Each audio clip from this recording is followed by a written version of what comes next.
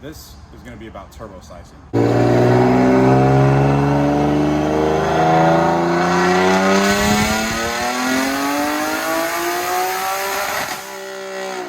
Talk about turbo sizing on this motor, the G37 VHR found in the Nissan 370Z and Infiniti G37. I've done several tests on my own personal vehicle, my 2012 Nissan 370, on different turbo sizes and combinations to make sure that when we recommend certain combos to customers, we make sure that we're able to hit their goals without stressing certain hardware. So I'm going to start, this is going to be kind of a long story, but we'll have plenty of dyno videos in between to kind of demonstrate. My first turbo kit. This is a boosted performance single turbo kit using a Precision 6266 turbocharger.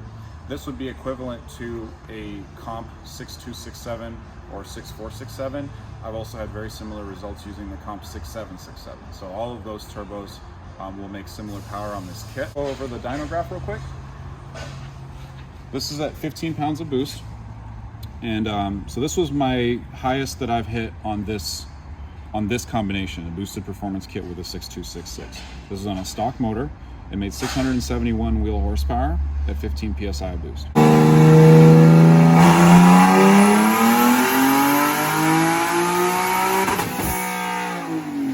This is actually, even though it's only on 15 pounds, this is actually pretty close to the limit of this turbo on this engine. I've dynoed this specific turbo on other cars, other 370Zs with the same turbo kit, and I've only been able to make about barely close to 700 wheel horsepower. This is because the actual size of the wheel on the compressor and the size of the wheel on the turbine are not big enough to flow more air in that case. Now, since this engine is a fairly large displacement V6, you really have to go beyond a little bit bigger than what you need to dial in the extra headroom so you can make the numbers you want to make. Now, the next thing we did was we did a built engine with the Soho pistons and Carrillo rods. We used the stock crank, we used Soho head studs, and then we used the stock open deck block casting. And then I retuned the car, but I also changed to a Precision 6875. So this turbo is actually the biggest SP cover, compressor cover turbo that Precision makes. So it's got the biggest wheel, it's got the biggest compressor housing, and it's got the biggest turbine housing. So retuning the car with this setup,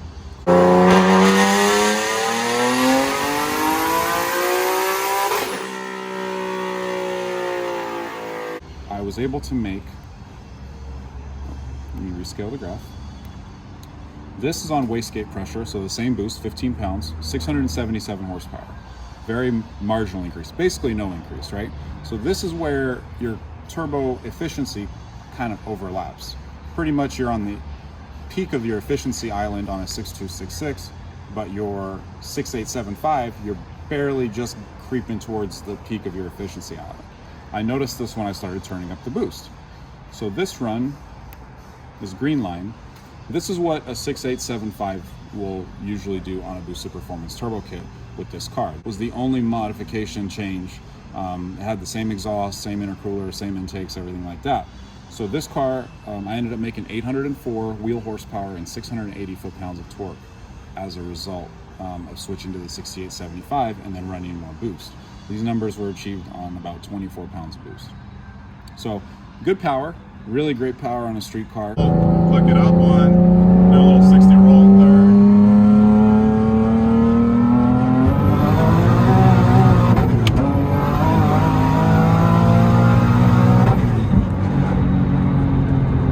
800 horsepower is a lot, but if you can look at the graph, you can tell how the power trails off as the RPMs increase. So basically this is showing the volumetric efficiency of the engine is decreasing substantially as the car is accelerating through the RPMs. I actually wanted to fix this, and after talking to Real Street Performance, since they had helped me a lot out with turbo selection originally, they had suggested, since you're pretty much maxed out on the hot side with a T4 frame, you need to go bigger on the cold side. So this is what I did. So this is kind of where things really start to change. Now we did a Precision 7675.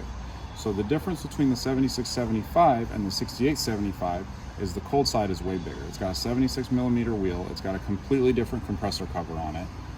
It's substantially larger, so it'll flow more air at high RPM. and the results were awesome. So let me show you those. So this run, 7675 just on wastegate pressure.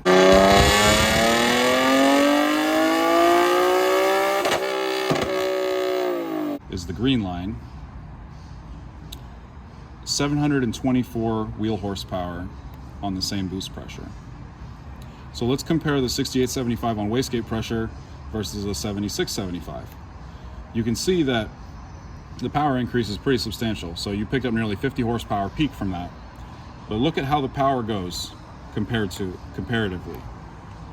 Up top, the car is making over 700 wheel horsepower when before the power was trailing below right around 650. So that's a over 60 horsepower increase right there, just from going to the bigger cold side. And when you turn up the boost, we'll put the high boost 6.8 graph on, the power differences become even more noticeable.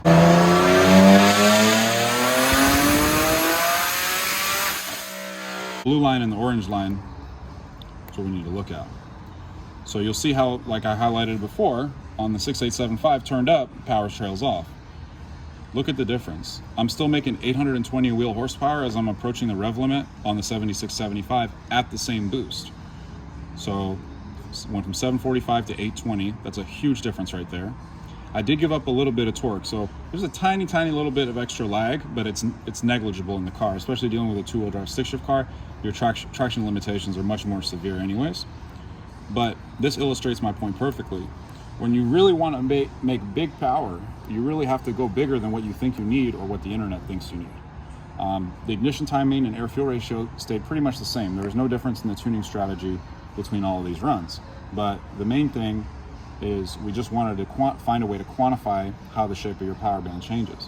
When you're racing the car, you're going to be in the 6,000 to 8,000 RPM range the entire time. So you don't want the power to be dropping off as you're accelerating through each gear. You want the power to stay pretty much the same. You want to reduce the drop in torque, and that will increase the amount of power the car is making. So based on this, the 7675 is a great option. A 7275 would actually have similar results as well. This is actually done on a bone stock boosted performance kit. I think the only modification we had to make was to make sure that to get the compressor cover to fit, we just had to chop up the compressor cover a little bit and adjust the outlet on the compressor cover. So we didn't even touch the kit at all. This is all the stock hot side that Boosted Performance sells and the stock cold side. So what that really means is the turbo kit's really capable. You just need to increase the turbo size to adjust to your application. This setup would make more if we had more injector, because it's got 1300s in it right now and they're maxed out. But overall, I'm very happy with this. I accomplished the goal of just making sure the car stays close to 800 wheel horsepower at redline. It's working really well. So most people are afraid of like spool and afraid of excess lag and stuff like that with going with a big turbo, but you have a larger displacement V6. So just go bigger than what you need, and then that way the car, your whole setup can hit your power goal without maxing anything out. But that concludes this video. If you have any questions, just let me know. Thanks.